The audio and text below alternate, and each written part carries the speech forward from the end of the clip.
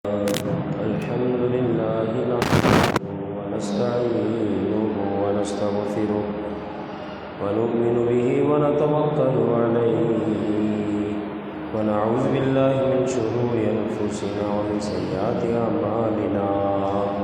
من يهده الله فلا مضل له ومن يضلله فلا هادي له ونشهد أن لا إله إلا الله وحده لا شريك له ونشهد أن سيدنا وحبيبنا ومولانا محمدا عبده ورسوله أما بعد فأعوذ بالله من الشيطان الرجيم بسم الله الرحمن الرحيم وأما بنعمة ربك فحدث صدق الله العظيم إن الله وملائكته يصلون على النبي يا أيها الذين آمنوا صلوا عليه وسلموا تسليما اللهم صل على سيدنا ومولانا محمد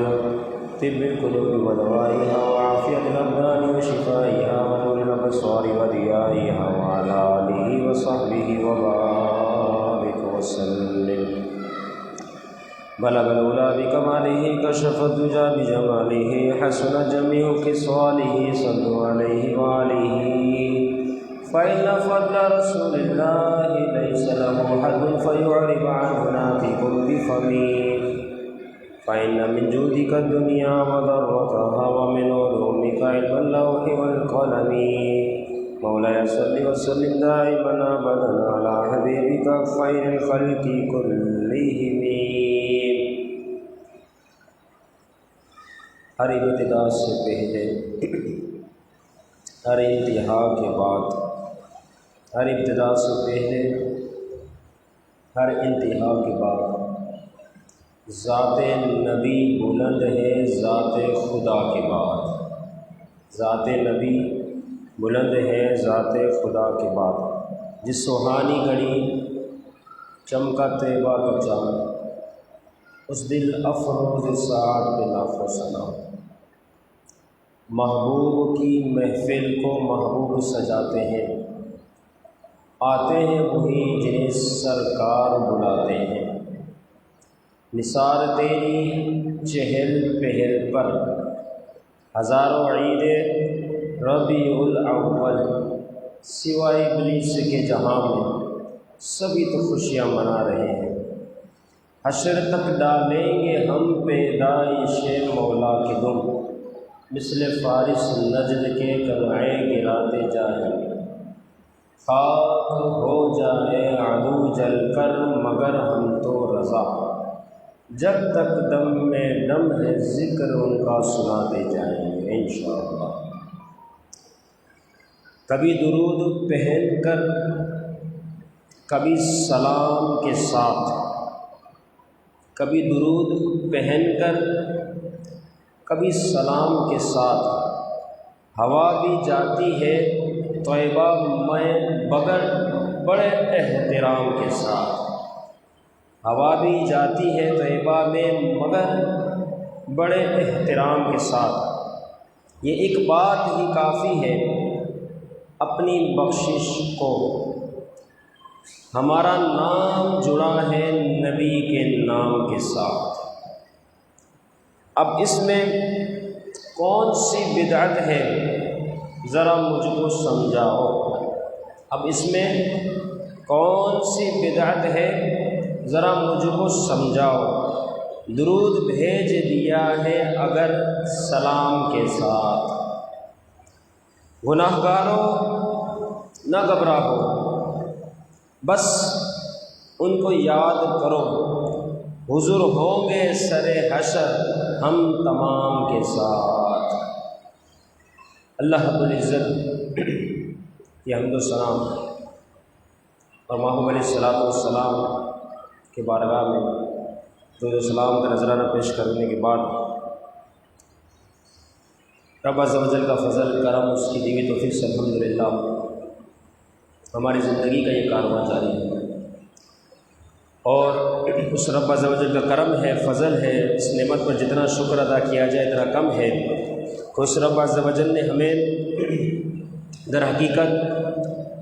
محبوب علیہ الصلوۃ والسلام کا یہ مبارک پیارا پیارا ولادت و سعادت کا مہینہ دیکھنا نصیب فرمایا۔ اللہ رب العزت اس ماہ مبارکہ کی برکتوں سے ہم سب کو مالا مال فرمائے، ہمیں درود پاک کی کثرت کرنے کی توفیق عطا فرمائے کہ یقیناً اس ماہ مبارکہ کو سرکار علیہ الصلوۃ والسلام سے نسبت ہے، کیونکہ دنیا میں بھی یہ قانون ہے جب جس کی برتھ ڈے آئے تو خوش ہو جایا کرتا ہے، تحفے تحائف کا سلسلہ ہوتا ہے، خوشی میں وہ اعلان کرتا پھرتا ہے بیائی بلا تشریح بلا تمثیل کہ محبوب علیہ الصلوۃ والسلام کی ولادت و سعادت کا مقدس مہینہ، اور ہر عاشق جس کو رسول اللہ سے محبت ہے، جس نے اپنے نبی کا کلمہ پڑھا، راضی ہوا، اور ساتھ ہی ساتھ محبوب علیہ الصلوۃ والسلام کی تشریف آوری پر خوش ہوا کہ اللہ نے ساری نعمتیں محبوب کے صدقے میں عطا فرمائی، تو یقیناً وہ اس مہینے کی ابتدا ہی سے خوش ہو جایا کرتا ہے۔ جب کوئی عام مہینہ نہیں بلکہ وہ ہستی ہے جن کی وجہ سے رب عز و جل نے ساری کائنات کو بنایا، سجایا، پیدا فرمایا۔ عزیز سے خوشی ہے، محبوب علیہ الصلوۃ والسلام نے فرمایا، میرا رب ارشاد فرماتے ہیں محبوب اگر تجھے نہ پیدا کرنا ہوتا تو میں یہ دنیا ہی نہ بناتا، نہ آسمان بناتا، نہ زمین بناتا، نہ دنیا کی بہاریں بناتا، تو رسول اللہ کے صدقے ہمیں سب چیزیں عطا ہوئی۔ تو اس ہستی، اس نبی کی ولادت کا یہ مہینہ ہے، تو یقیناً عاشق اس مہینے میں جم جایا کرتے ہیں اور کثرت کے ساتھ درود پاک کا ورد کرتے ہیں، گھروں کو سجاتے ہیں، لائٹیں لگاتے ہیں، جلوس میلاد میں شرکت کرتے ہیں۔ یہ ساری چیزیں حضور سے عشق کی علامت ہے، یہ ساری باتیں حضور سے محبت کی واضح علامت ہے، اور یہ ساری باتیں اس چیز پر بھی دلیل ہے کہ در حقیقت محبوب کی ولادت ہی کے صدقے اللہ نے ہمیں سب کچھ عطا فرمایا ہے۔ تو یقیناً یہ ان چاہنے والوں کی شان ہے، کیونکہ محبوب وہ ہے جسے اللہ نے اتنی شانیں عطا فرمائی ہیں۔ ایک موقع تھا سیدہ طیبہ طاہرہ عابدہ زاہدہ سیدنا عائشہ صدیقہ رضی اللہ تعالی عنہا اپنے حجرہ مبارکہ میں تشریف فرما تھی۔ کسی انصاری کا جنازہ لایا گیا، محبوب علیہ الصلوۃ والسلام انہیں لے کر قبرستان پہنچے کہ انہیں سپرد خاک کیا جائے۔ پیچھے حضرت سیدنا عائشہ صدیقہ رضی اللہ تعالی عنہا انہوں نے محبوب علیہ الصلوۃ والسلام کی جو تہبند رکھی ہوئی تھی اسے اوڑھ لیا، سر پہ رکھ لیا۔ جیسے سر پہ رکھا، پائے نظر گئی تو کیا دیکھتی ہے، تیز بارش ہو رہی ہے، بہت تیز بارش ہے۔ بارش دیکھ کر آپ گھبرا گئی، پریشان ہو گئی کہ اللہ کے حبیب قبرستان تشریف لے گئے اور اتنی تیز بارش ہو رہی ہے۔ کچھ دیر کے بعد محبوب علیہ الصلوۃ والسلام تشریف فرما ہوئے۔ تو عائشہ صدیقہ رضی اللہ تعالی عنہا حضور کے کپڑوں کا ہاتھ لگاتی ہیں، اور پھر یہ عمل دیکھ کے حیران ہو گئی کہ محبوب کے کپڑے بالکل خشک ہے، بارش کا ایک قطرہ بھی محبوب کے کپڑوں پر پہنچا ہی نہیں۔ عرض کرنے لگی، یا رسول اللہ صلی اللہ علیہ وسلم، میں نے دیکھا آپ تشریف فرما ہوئے باہر، اتنی تیز بارش، میں تو گھبرا گئی، مگر کیا دیکھتی ہوں کہ آپ کے کپڑے تو خشک ہیں، اسے تو ایک قطرہ بھی نہیں پہنچا۔ بارش اترنے والا پانی وہ تو ہر چیز کو گیلا کر دیتا ہے، بھیگ جاتی ہے شے، لیکن آپ کے کپڑے خشک، تری سے پاک۔ حضور علیہ الصلوۃ والسلام نے فرمایا میرے جانے کے بعد تم نے کیا کیا؟ عرض کریں یا رسول اللہ صلی اللہ علیہ وسلم تہمت اوڑھا، آپ کا تہمت اوڑھا ہوا تھا، محبوب دیکھ رہے ہیں تہمت اوڑھا ہوا ہے۔ فرمایا اچھا، فرمایا بس یہ اسی کی برکتیں ہیں کہ تم نے اللہ رب العزت کی طرف سے جو نور کی برسات ہو رہی تھی تم نے وہ دیکھ لیا۔ غیبی طور پر جو نور کی بارش ہو رہی تھی در حقیقت وہ تم نے دیکھی ہے، یہ کوئی عام بارش نہ تھی، یہ تو نور کی بارش تھی۔ تو محبوب کی شان کتنی اعلیٰ ہے۔ اب سمجھے اس بات کو کہ یہ تہبند ہے، اس کی نسبت رسول اللہ کی طرف ہو گئی کیونکہ محبوب نے اس کو استعمال کیا ہے، تو اس شے کی شان اتنی اعلیٰ ہو گئی کہ جب عائشہ صدیقہ رضی اللہ تعالی عنہا نے اسے اپنے سر پر رکھا تو غیبی بارش نظر آ گئی، نور ہی نور نظر آ چکا۔ تو جس محبوب کا یہ تہبند ہے، جس محبوب کا یہ کپڑا شریف ہے، تو خود اس محبوب کی شان کتنی اعلیٰ ہوگی۔ اللہ نے اپنے حبیب کو بڑی شان عطا فرمائی، اور اس سے کیا کوئی غیب کی چیز پوشیدہ رہ سکتی ہے؟ اس لیے میرے امام نے فرمایا اور کوئی غیب کیا تم سے نیہا ہو بلا، جب نہ خدا ہی چھپا تم پہ کڑو رود رود، جب نہ خدا ہی چھپا تم پہ کڑو رود رود۔ یہ محبوب کی ولادت کا مقدس مہینہ ہے۔ ولادت با سعادت کے بارے میں صحابی رسول حسان بن ثابت رضی اللہ تعالی عنہ نے کیا تاریخی جملے ادا فرمائے۔ صحابی نے جو جملے بیان فرمائے اس کی شان اتنی اعلیٰ ہے کہ اس پہ کوئی کیا اعتراض کرے گا، ان جملوں کے بارے میں کوئی کیا زبان دراز کر سکتا ہے، کیونکہ یہ تو صحابی رسول حسان بن ثابت رضی اللہ تعالی عنہ کی زبان سے نکلنے والے الفاظ ہیں جو حضور کی تعریف میں بیان کیے گئے، حضور کے سامنے بیان کیے گئے، اور کیا آپ نے الفاظ ادا کیے ہیں۔ فرماتے ہیں وَأَحْسَنُ مِنْكَ لَمْ تَرَ قَطُّ عَيْنِي وَأَجْمَلُ مِنْكَ لَمْ تَلِدِ النِّسَاءُ خُلِقْتَ مُبَرَّأً مِنْ كُلِّ عَيْبٍ كَأَنَّكَ قَدْ خُلِقْتَ كَمَا تَشَاءُ۔ کتنے شاندار جملے ارشاد فرمائے۔ ہم اور آپ محبوب کی ولادت کے بارے میں کیا الفاظ ادا کریں گے، کیا کر سکتے ہیں؟ قصیدہ بردہ شریف امام شرف الدین بوصیری رحمۃ اللہ تعالیٰ 294 ہجری آپ کی وفات، 294، کتنے 100 سال گزر گئے، کتنی صدیاں گزر گئی، تیسری صدی کے بزرگ، اور آج 1447 یعنی 15ویں صدی جاری ہے، تو 1200 سال تقریباً، یعنی 12 صدیاں انہوں نے قصیدہ بردہ شریف اپنے زمانے کی اور آج تک اور قیامت تک مشہور رہنے والی کتاب قصیدہ بردہ شریف مولا صلی وسلم دائما ابدا علی حبیبی کا خیر الخلق کلہم میں لکھا ہے ایک شعر، دعمت دعت النصارى فی نبیہم واحکم بما شئت مدحا فیہ واحتکمی۔ فرماتے رسول اللہ کی تعریف کو کرتا جاؤ کرتا جاؤ کرتا جاؤ، بس رسول اللہ کو خدا نہ کہنا، خدا کا بیٹا نہ کہنا، ان دو باتوں کے علاوہ رسول اللہ کی تو جتنی تعریف بیان کر سکتا ہے کرتا رہے کرتا رہے کرتا رہے، بس خدا اور خدا کا بیٹا نہ کہنا، آگے تیری مرضی ہے تو رسول اللہ کی جو بھی تعریف بیان کر۔ تو اکابرین نے تو یہ سکھایا ہے، بتایا ہے کہ اللہ کے حبیب کو اللہ نے جو شان عطا فرمایا اتنی اعلیٰ ہے۔ آج کے لوگ بھی آج کی اس ترقی یافتہ بہت زیادہ تیزی والا دور، اس میں بھی لوگ رسول اللہ صلی اللہ علیہ وسلم کے نقص علیہ باللہ ثم رسول اس کو تلاش کرتے پھرتے ہیں کہ رسول اللہ کو علم غیب نہیں،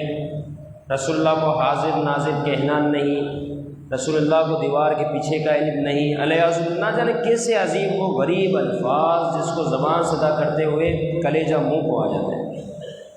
آج کے دور میں وہ صحابہ تھے، وہ ان کے بعد والا زمانہ تھا، انہوں نے تو لکھ دیا، اپنی کلمے چلا دی کہ محبوب جیسا تو کوئی ہے ہی نہیں۔ اللہ نے جو محبوب کو شان عطا فرمایا، آدم علیہ السلام سے لے کر قیامت تک جو آخری فرد آئے گا ان میں کوئی ایسا شخص ہے ہی نہیں کہ جس کو محبوب جیسی شان اللہ نے عطا فرمائی۔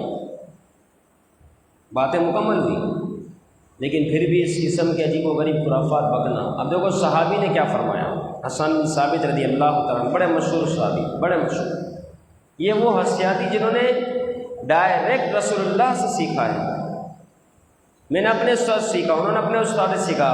خطا ہو سکتی ہے،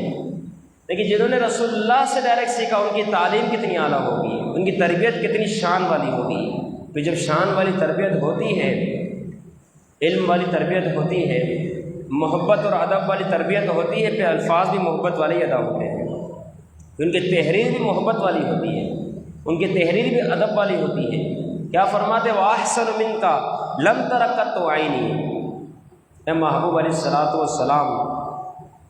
میری آنکھوں نے آپ کے جیسا حسین و جمیل کبھی دیکھا ہی نہیں۔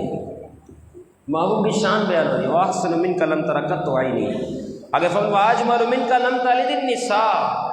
اور اے محبوب آپ کے جیسا حسین و جمیل کسی کی ماں نے جنا ہی نہیں۔ خُلِقْتَ مُبَرَّأً مِنْ كُلِّ عیب، آپ کو ہر عیب سے پاک پیدا فرمایا گیا، مگر کس طرح؟ اب آگے والا جملہ کیسا ہے کہ حد ہی کر دی، انتہا کو پہنچ گئے۔ کَأَنَّكَ قَدْ خُلِقْتَ كَمَا تَشَاءُ، کہ گویا کہ ایسا ہو لگتا ہے کہ جیسا آپ نے خود چاہا اللہ نے آپ کو اسی طرح پیدا فرما دیا۔ یہ محبوب کی شان ہے جو اللہ نے عطا فرمائی ہے۔ آج مسلمان صحیح العقیدہ حضور سے عشق محبت کا دعویٰ کرنے والا وہ رسول اللہ کی سنتوں سے دور ہے۔ اب دیکھیں حسن بن ثابت کیا فرما رہے ہیں کہ آپ کے جیسا حسین تو پیدا ہوا ہی نہیں، میری آنکھ نے کبھی دیکھا ہی نہیں، لگتا ایسا ہے کہ جیسے آپ نے چاہا اللہ نے آپ کو اسے پیدا فرما دیا۔ تو مجھے بتائے حضور سے حسین کوئی اور ہو سکتا ہے؟